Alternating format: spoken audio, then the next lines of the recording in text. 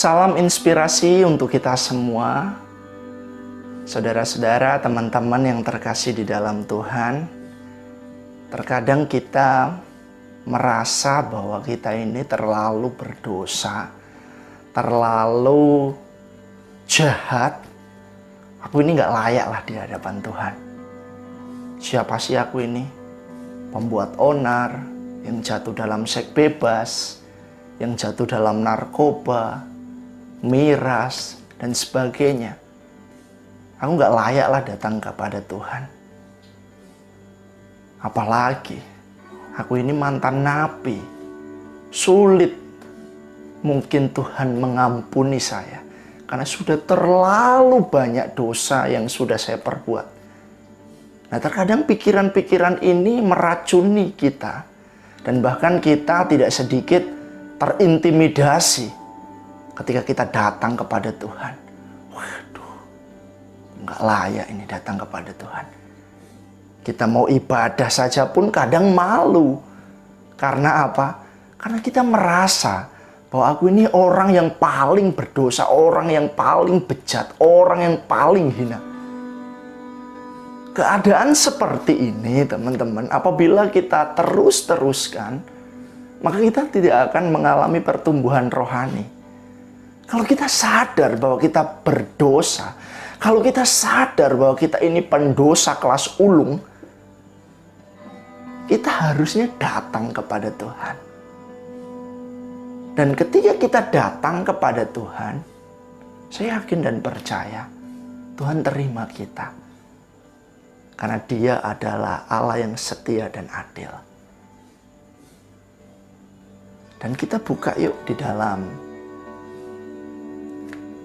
Alkitab, ada 3 resep di mana kita boleh menghadap Dia dengan keberanian, tidak dengan intimidasi, tidak dengan ketakutan, tidak dengan aduh aku ini kayak gini ya, aduh.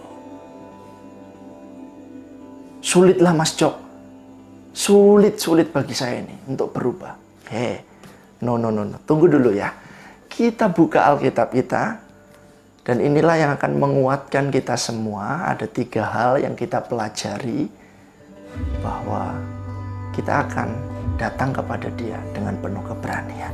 Yuk kita buka di dalam Ibrani pasal 10 ayat 19 sampai 21. Ibrani pasal 10 ayat 19 sampai 20 ya.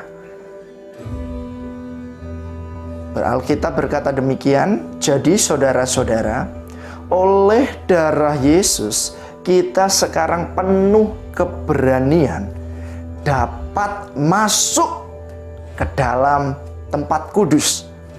Karena Ia telah membuka jalan yang baru dan yang hidup bagi kita melalui tabir, yaitu dirinya sendiri.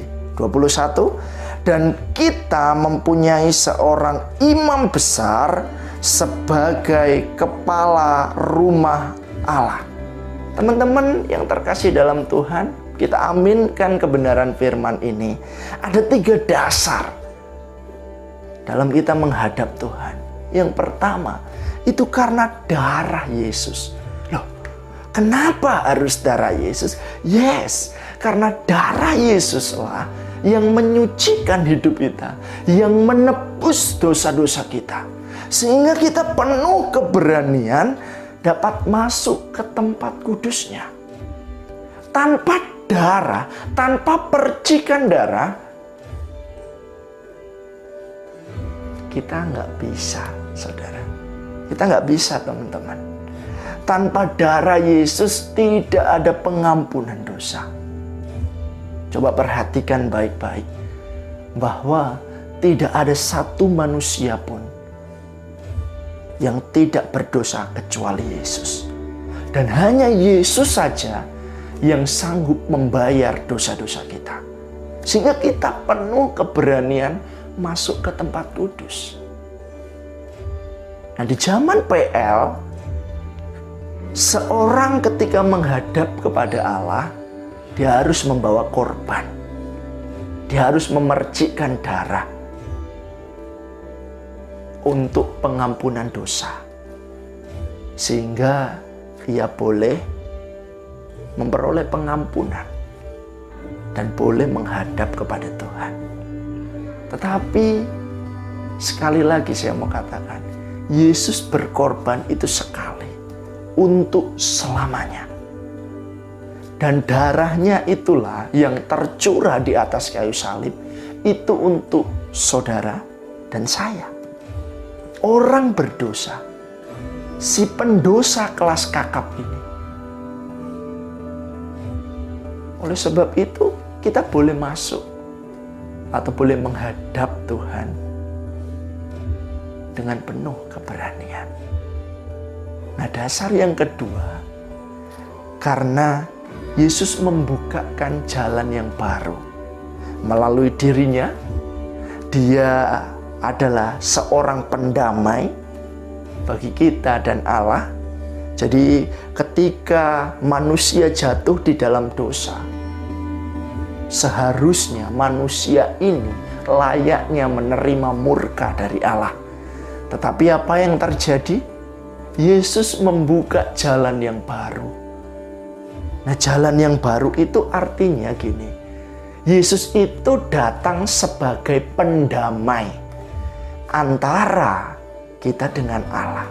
Seharusnya manusia berdosa ini kan layak diberikan murka Allah. Tetapi murka Allah itu telah ditimpakannya pada Yesus di atas kayu salib. Sehingga hal itu membuat kita dan Allah ini berdamai.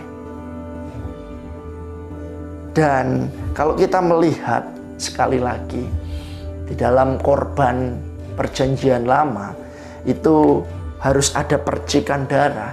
Nah, percikan darah itu seperti ini, teman-teman. Jadi ketika seseorang memberikan korban nih, kan ada percikan darah, dan percikan darah itulah yang mendamaikan. Dan itu menyelimuti, artinya menutupi segala kesalahan dan dosa darah tersebut. Tetapi kan di perjanjian baru, di dalam Yesus kan, kita tidak setiap tahun mempersembahkan korban. Setiap kita berdosa, kita nggak persembahkan korban lagi, enggak. Karena korban Yesus sekali untuk selamanya. Baik dosa masa lalu, dosa sekarang, dan yang akan datang, Tuhan katakan sudah selesai. Dan ini yang menjadi kekuatan bagi kita, yang harusnya membuat kita datang kepada Dia itu dengan penuh keberanian. Dan seperti ini juga. Jadi ketika darah itu sudah dicurahkan dan menutupi kesalahan, maka Allah itu berkenan memberikan pengampunan. Dan ketika Yesus sendiri yang berkorban untuk kita manusia berdosa, Allah puas. Jadi mendamaikan itu dalam arti Allah puas dengan korban Yesus. Ketaatannya di atas kayu salib, kematiannya di atas kayu salib, membuktikan dan membuat Allah puas. Dan tidak ada seorang pun yang dapat membuat Allah puas selain Yesus.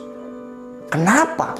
Karena Yesus, Alkitab katakan, Dia menggenapi hukum Taurat. Dia menyelesaikan itu hukum Taurat.